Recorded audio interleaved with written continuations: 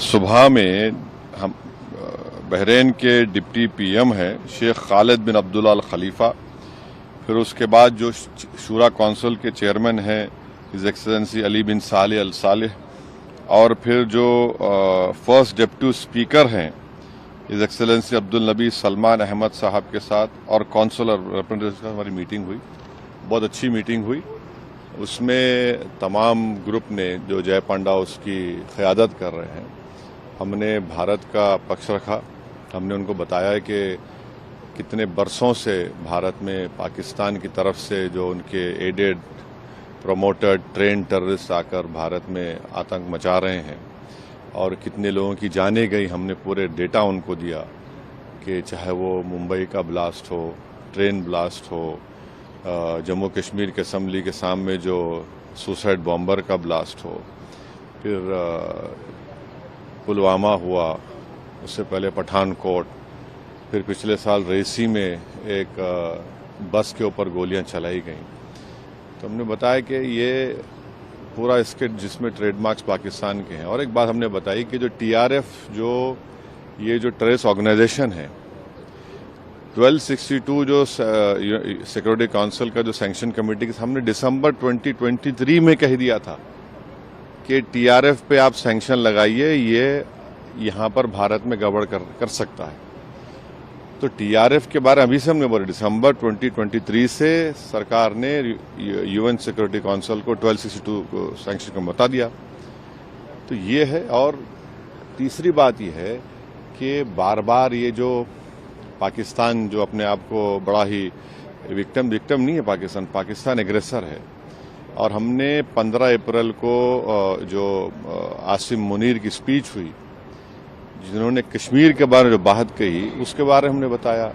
और फिर देखिए, पाकिस्तान का इन्वॉल्वमेंट इससे भी साबित होता है कि जो पहलगाम के टेररिस्ट अटैक के बाद टीआरएफ ऑर्गेनाइजेशन ने 2 मरतबा इंटरनेट के ऊपर उसको कबूल किया, और भारत सरकार ने, जो हमारे एक्सपर्ट्स ने, साइबर के एक्सपर्ट्स ने मालूम किया, तो वो तो पाकिस्तान के मिलिट्री कैंटोनमेंट के करीब से उन्होंने उसको इंटरनेट पे डाला। फोटो फुटप्रिंट्स निकल नहीं सकते।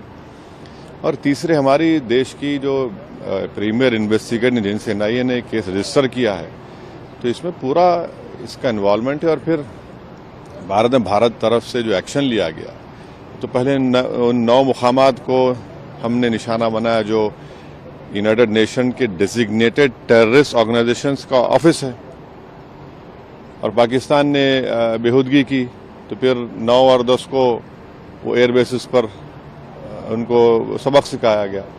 तो ऑल इन ऑल हम बता रहे हैं कि भारत तो चाहता ही नहीं, हमारा कंटिन्यूसली एक पड़ोसी मुल्क भारत में इंस्टेबिलिटी पैदा करना चाह रहा है, भारत में हिंदू मुस्लिम नफरतों को बढ़ाना चाह रहा है, और उन्हीं के पास से ये टेररिस्ट आते हैं, ये सब तमाशे करते हैं। तो बहुत अच्छी मीटिंग्स हुई और सब ने इस पॉइंट को उनके सामने रखा, और उन्होंने भी सुना है। हम उनको ये कह रहे हैं कि आप भारत को आप जो देख रहे हैं, और भारत यहाँ पर बहरीन में तो 1962 तक रिजर्व बैंक ऑफ इंडिया की तरफ से गल्फ रुपी इस्तेमाल होता था, और भारत पहला देश है जो एंटी कॉलोनियल स्टैंड लिया था यूनाइटेड नेशन में, और उसकी वजह से बहरीन को यहाँ पर अंग्रेज़ों को छोड़ के जाना पड़ा। और हमने उनको बहरीन की हुकूमत को याद भी दिलाया कि 2018 और 22 में आप ही के एक बहरीनी डिप्लोमेट की वजह से पाकिस्तान को FATF ग्रे लिस्ट में डाला गया, और एक आतंकवादी जो यहाँ पर छुपा हुआ था उसको 2015-16 में उन्होंने भारत सरकार के हवाले भी किया।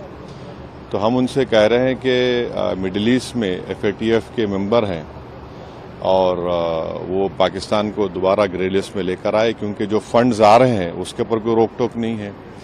और 2026-27 में बहरीन सिक्योरिटी काउंसिल का मेंबर भी होने जा रहा है। तो इस एतबार से भी ये बहुत अच्छा रहा। जिस तरह से टॉप लीडर से मुलाकात हुई, 2 दिन की बहरीन की होने वाली है, गवर्नमेंट की तरफ से, बहरीन गवर्नमेंट की तरफ से किस तरह का आश्वासन मिला? देखिए, हमने जो बातचीत की उन्होंने बड़ा अच्छा सुना। उन्होंने अपनी बातें भी रखी जो उनकी सरकार का ज़ाहिर अपना पक्ष रखे।